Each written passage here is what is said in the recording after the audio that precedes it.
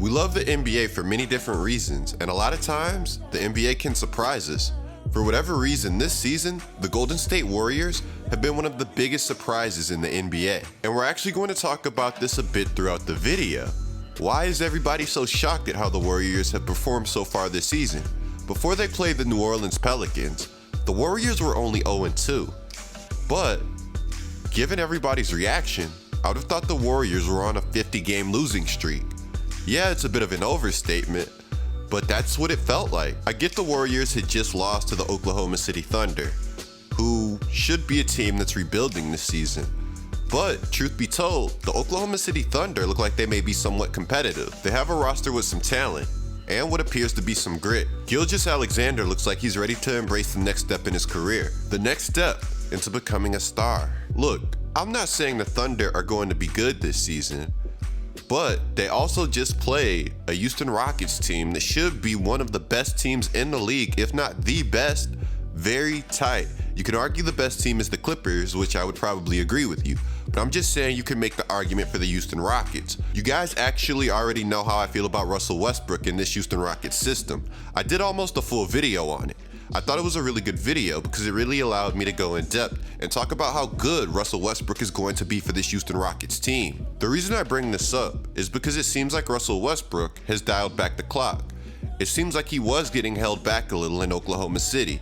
It seems like the concerns about bad coaching and the poor spacing were incredibly true. I truly don't think James Harden has had a teammate this good since his Oklahoma City Thunder days. This just adds to how powerful the Houston Rockets are and how monumental the Oklahoma City Thunder playing this team close really is. Of course, don't get it confused though. I'm not excusing the blowout in any way possible. I'm just saying that there's some logical reasoning to think that people are overreacting. Trust me, it gets worse as the video goes on. This video, we're going to be talking about what the Golden State Warriors' first win means for the entire NBA, but also for the Golden State Warriors. Also, why the Warriors have been losing, and can they shake back? If you guys want to see more videos like this, but maybe for your team, or you want to see more player videos, let me know the players or teams you want to see the videos of down in the comments below. But also, again, let me know the style of video you want to see. If you want to see more of this style or just the players, let me know, guys.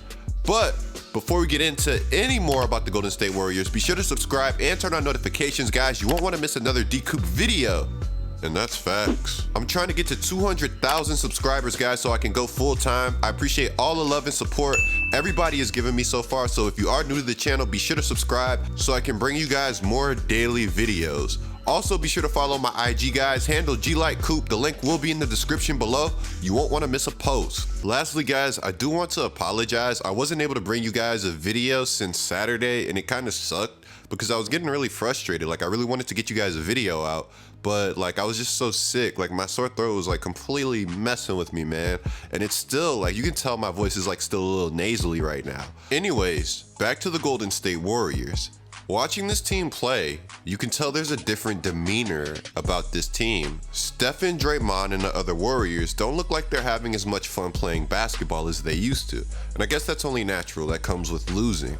But you can tell this team isn't the same team that won 3 championships. In the offseason, the Warriors lost Kevin Durant. Kevin Durant at the time was arguably the best player in the entire NBA. And there were basketball fans that thought losing him would not be a major impact to the Golden State Warriors. There were some fans that were arguing that Kevin Durant was hurting the Golden State Warriors system, and that when the Warriors were struggling, everything was Kevin Durant's fault. And I personally always thought this couldn't be further from the truth.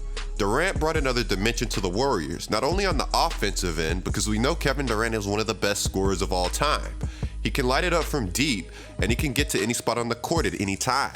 This guy is basically a 7-foot guard. There's no way to stop him. But Kevin Durant would also have a monster impact on the defensive side of the basketball. I always feel like Durant's defensive impact has been somewhat slept on. He's truly one of the better defenders in the NBA. He has the ability to guard multiple positions, and he gives you matchup versatility on offense.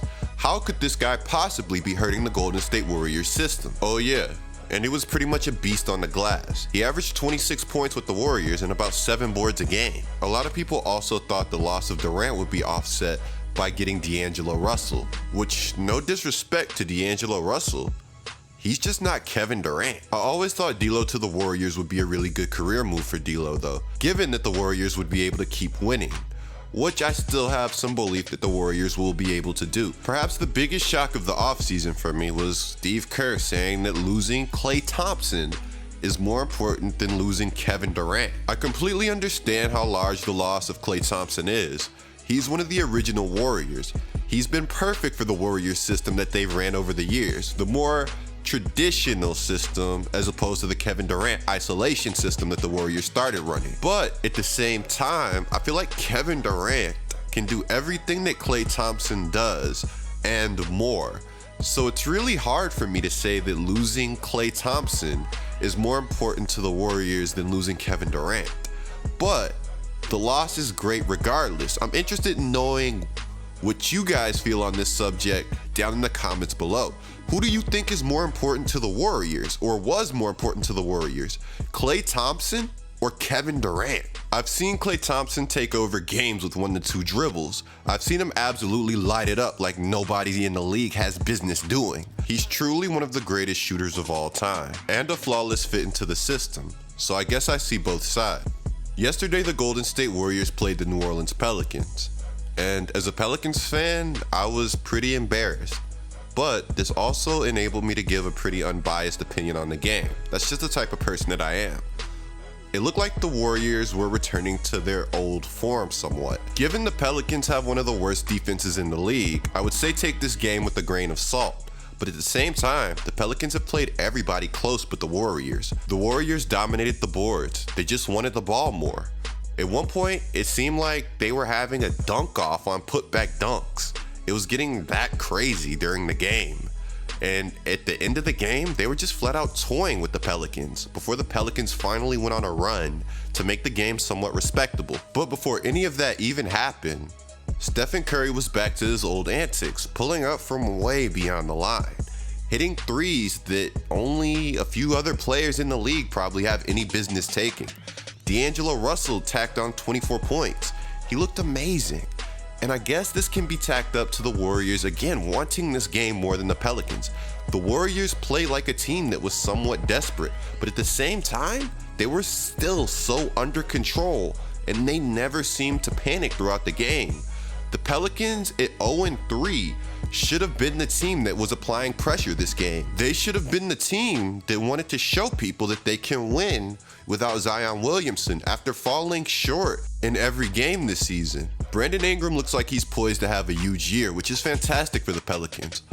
But I'm not sure how long they can give Alvin Gentry. Back to the Warriors' dominance this game. It looked like the system was returning. It looked like the system was working.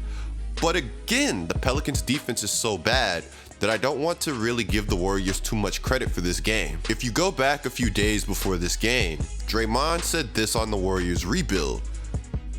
I guess just about everybody except Tim Duncan has been through it, but it sucks. So with this quote, this already made me feel like the Warriors were mailing in the season. I still feel like this is a team that doesn't expect to be good. I think they will show us flashes of the peak Warriors at times, but this team does not have the confidence that I think it needs in the moment to be successful. Now, don't get me wrong, that can change. And Draymond later backtracked some of these comments saying, when I said we sucked last night, a lot of people blew it out of proportion. A lot of former players who never let anything blew it out of proportion. We suck. We're still not very good, but I've known how to lead my entire life. I also want to know what you guys think on Draymond's comments, seeing as this is one of the hottest topics in the NBA right now. Also, once the Warriors beat the Pelicans, Steph celebrated like they just won Game 7 of the NBA Finals. It was good to see Steph and D'Lo celebrating, but celebrating that hard for a win against the New Orleans Pelicans, who are now 0-4 in the regular season, it leaves something to be desired. The Pelicans also didn't have Drew Holiday. They didn't have Derek Favors, who I really don't like anyway, but they also didn't have Zion Williamson.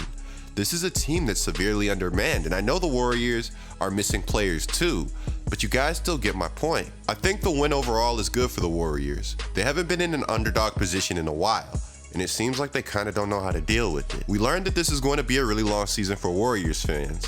and it's going to be good to weed out some of the bandwagoners. With the Warriors' depth not being what it used to be, it was also good to see the system somewhat efficient this game, because the Warriors need those bench players to play as good as ever. Be sure to click the video on the screen right now, guys. It's me going over James Harden and Russell Westbrook, just how deadly those two can be. Be sure to subscribe and turn on notifications. I'm GETLIKECOOP, and I'm out.